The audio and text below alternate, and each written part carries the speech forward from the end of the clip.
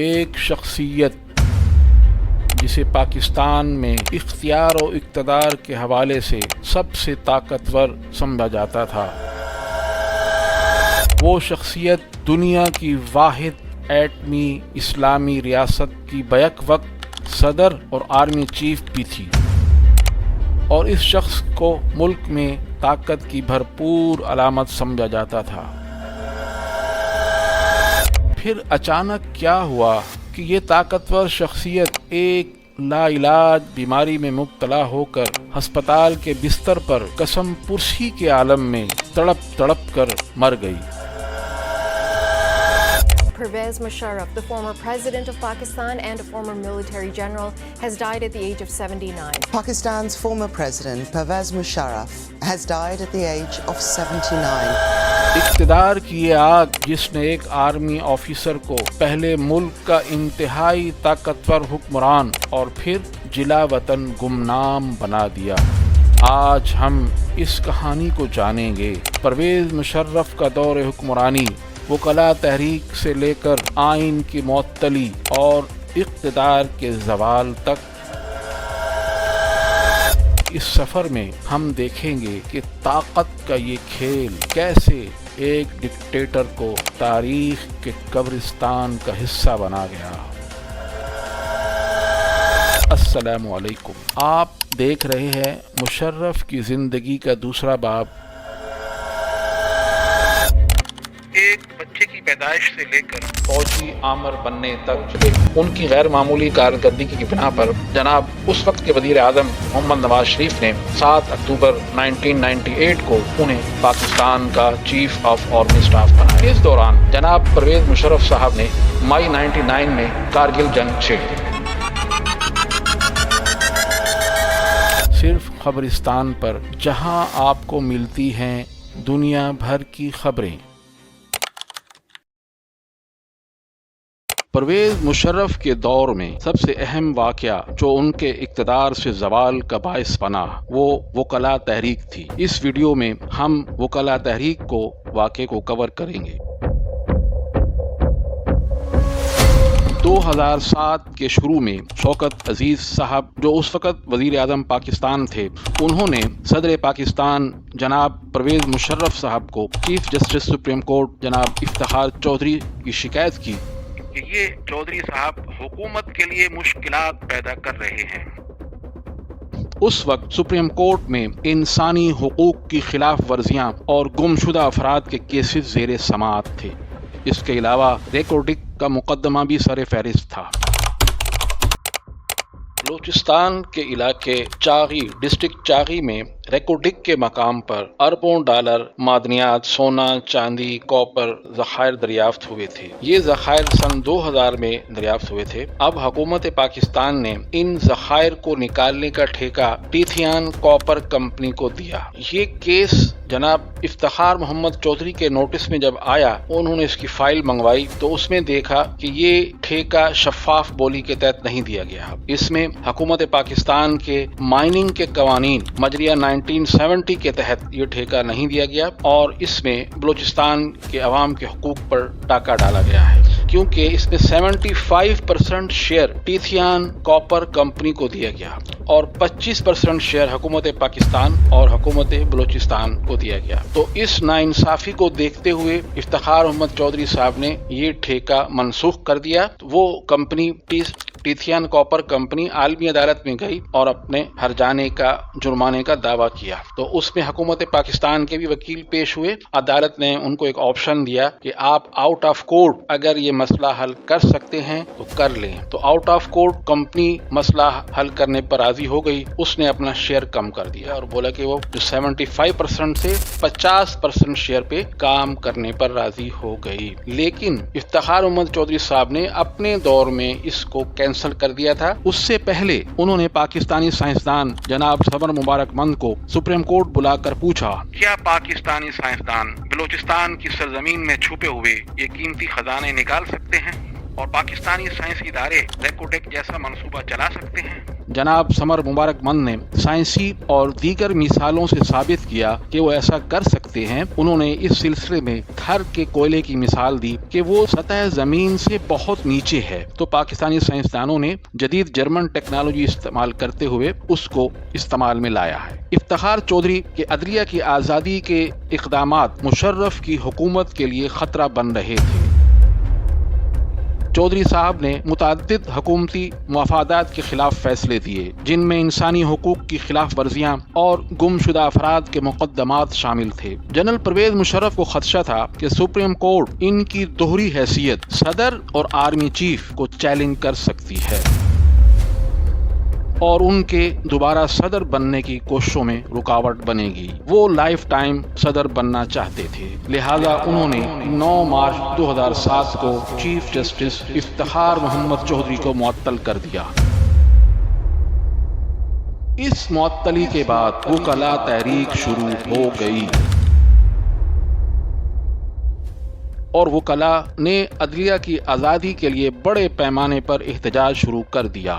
یہ واقعہ مشرف کے اقتدار کو کمزور کرنے میں اہم ثابت ہوا اور بالآخر 2008 میں ان کے استعفے کا باعث بنا۔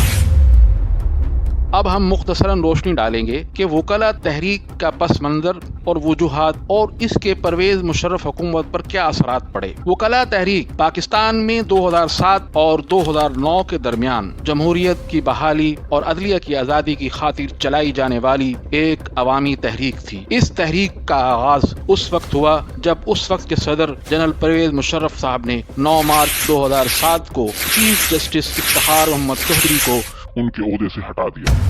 اس فیصلے کے خلاف ملک بھر کے وکلاء، سیاسی جماعتیں، سول سوسائٹی اور عوام نے بھرپور احتجاج کیا۔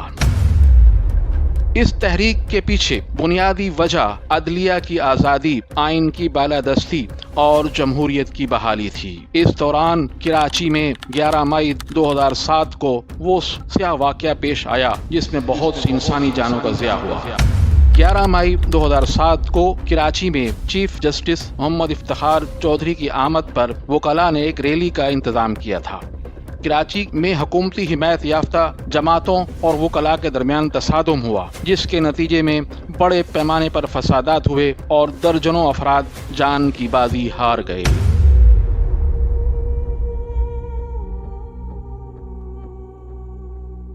یہ دن پاکستان کی سیاسی تاریخ میں ایک سیاہ دن کے طور پر یاد کیا جاتا ہے۔ افتخار چودھری صاحب استقبالیہ ریلی سے خطاب کیے بغیر ایئرپورٹ سے ہی واپس چلے گئے۔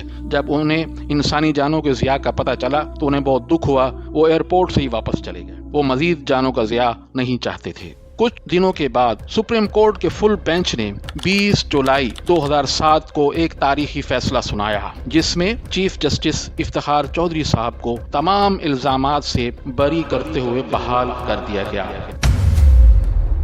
سپریم کورٹ نے ان کی معطلی کو غیر آئینی قرار دیتے ہوئے بحال کر دیا، لیکن اس سے ٹھیک 4 ماہ بعد نومبر 2007 میں جنرل پرویز مشرف صاحب نے ملک میں ایمرجنسی نافذ کر دی اور دوبارہ انہیں معزول کر دیا۔ پرویز مشرف کے اقتدار کا زوال 2007 سے شروع ہوا۔ وکلاء تحریک نے مشرف کی حکومت کو کمزور کر دیا۔ عدلیہ اور چیف جسٹس کی بحالی کے لیے عوامی دباؤ بڑھنے لگا۔ مشرف عوام میں اپنی حمایت کھو چکے تھے۔ اسی دوران پرویز مشرف کو آرمی چیف کا عہدہ چھوڑنا پڑا۔ انہوں نے 28 نومبر 2007 کو آرمی چیف کا عہدہ چھوڑ دیا۔ نئے آرمی چیف کے طور پر پرویز کیانی صاحب نے عہدہ سنبھال لیا۔ اس دوران چودھری شجاعت نے نیشنل ریکانسیلیشن آرڈیننس نافذ کرایا۔ پرویز مشرف کے ذریعے نیشنل ریکانسیلیشن آرڈیننس، جس کو مختصراً NRO کہا جاتا ہے، اس آرڈیننس کے ذریعے پاکستانی سیاست کی مقبول قیادت بے نظیر اور نواز شریف کی واپسی پاکستان میں ممکن بنائی گئی۔ پرویز مشرف صاحب کے بے نظیر کے ساتھ معاملات یوں طے پائے کہ وہ پرویز مشرف کو بطور صدر قبول کریں گی اور انہیں وزیر اعظم بنایا جائے گا۔ اس طرح مشرف